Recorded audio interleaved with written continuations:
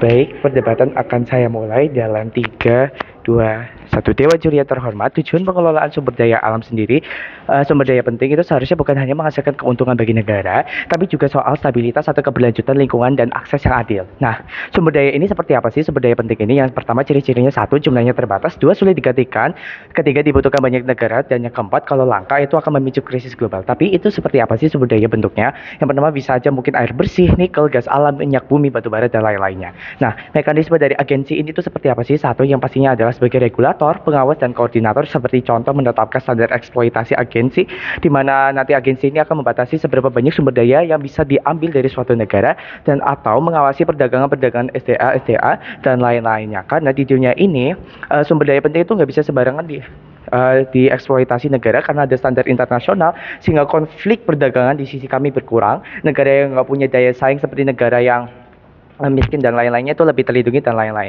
Nah, maksud dari memilih sendiri di sini adalah berpartisipasi mungkin secara dana ataupun berpartisipasi dalam artian keikutsertaan dan lain-lain. Kita masuk ke dalam status quo, di mana status quo sekarang mengatakan bahwasannya di dunia sekarang di mana pemerintah itu nggak bisa lagi mengelola sumber daya penting, atau suatu negara itu nggak bisa mengelola sumber daya penting karena adanya sifat-sifat koruptif dari mereka sehingga banyak sekali muncul fenomena seperti kelangkaan sumber daya alam atau misalnya kerusakan alam dan lain-lain.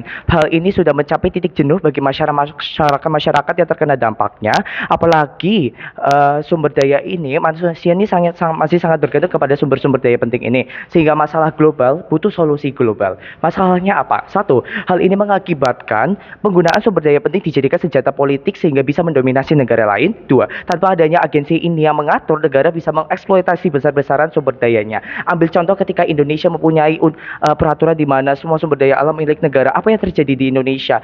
Pada akhirnya mereka akan mengeksploitasi karena ada perspektif bahwa misalnya SDA itu milik negara. Nah, yang ketiga akan muncul persaingan gak sehat dari konflik yang menyebabkan negara yang gak punya keuntungan geografis atau kami bilang ini adalah negara miskin atau negara berkembang gak bisa berpartisipasi untuk kemajuan ekonominya.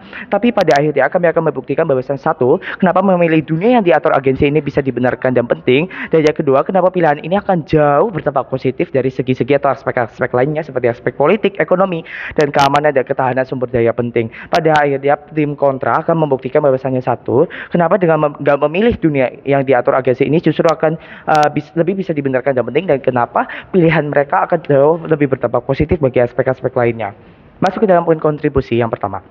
Satu, pilihan ini pada akhirnya bisa dibenarkan di dunia ini karena di negara kaya pada akhirnya memiliki kewajiban moral untuk memimpin dan membiayai transisi penggunaan sumber daya penting yang terlalu masif yang digunakan oleh negara berkembang atau negara miskin untuk mendorong laju pertumbuhan atau perkembangan ekonomi di negara miskin, sehingga pada akhirnya pilihan ini penting karena tanpa standar internasional akan ada penumpang gratis dalam tanda kutip yang diuntungkan dari pengorbanan pihak lain. Tapi yang kedua, sehingga hal ini pada akhirnya akan berdampak positif bagi sektor-sektor yang saya akan sebutkan, karena satu, secara sumber daya penting ini menjadi lebih terjaga karena mereka gak akan dipakai terus-menerus secara eksploitatif hanya demi kepentingan politik dan ekonomi. Tapi yang kedua, secara ekonomi ini akan jauh lebih sehat karena pilihan kami pada akhirnya akan mendukung terciptanya ekonomi biru atau ekonomi hijau pada akhirnya. Tapi yang ketiga, secara politik akan muncul persaingan yang lebih sehat karena setidaknya ada pihak netral yang akan menengahi atau mengatasi persaingan yang gak adil. Nah, kalau misalnya lawan mikir ini justru gak adil karena negara yang punya sumber daya alam itu atau sumber daya itu penting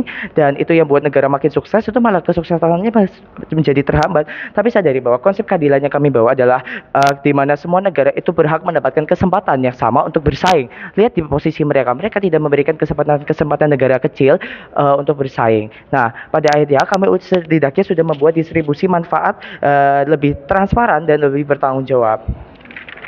Masuk ke dalam poin argumentasi, di mana kepada akhirnya satu, memilih dunia ini berarti mendukung terciptanya stabilitas global yang lebih adil karena pengelolaan ini tidak didasarkan kepentingan geopolitik nasional semata, sehingga monopoli ekonomi maupun politik itu berkurang dan sumber daya penting itu pada akhirnya tetap terjaga. Nah, pertama, apa saja faktor terciptanya stabilitas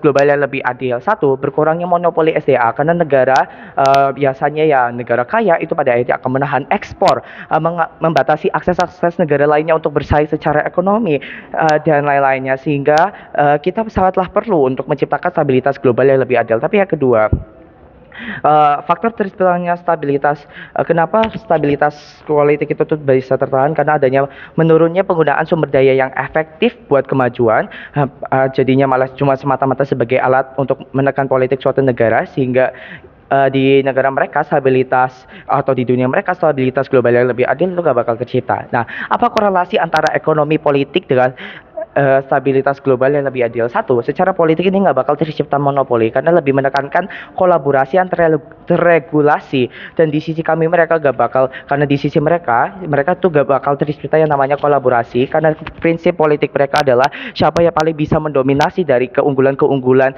sumber daya penting yang mereka miliki. Tapi yang kedua, secara ekonomi ini akan jauh lebih sehat karena dalam konsep ekonomi pun kita harus memikirkan terkait kestabilan alat bagi tumbuh kembang ekonomi. Misal alat yang digunakan untuk ekonomi itu adalah seperti sumber daya penting itu sendiri, sehingga muncul adanya kolaborasi untuk tetap bisa menjaga alat-alat ekonomi yang pada akhirnya itu akan berdampak bagi semua negara. Nah, emang dunia mereka pada akhirnya itu seperti apa sih? Satu, dunia mereka monopoli bakal terjadi karena fokus mereka itu bukan kolaborasi, tapi siapa yang, seperti yang saya sudah bilang, tapi siapa yang paling bisa mendominasi, yang buat di dunia mereka itu tuh dunia sekarang itu di mana banyak negara miskin yang nggak punya daya saing politik dan ekonomi. Tapi kalau misalnya lawan mikir, justru ini akan buat progresivitas suatu negara nggak akan terjadi. Pada akhirnya satu, progresivitas negara itu pada akhirnya bukan menjadi prioritas kami karena agensi ini telah menekankan pada kolaborasi, sedangkan progresivitas yang dimaksud dari tim kontra adalah bagaimana cara mereka bisa mendominasi, sehingga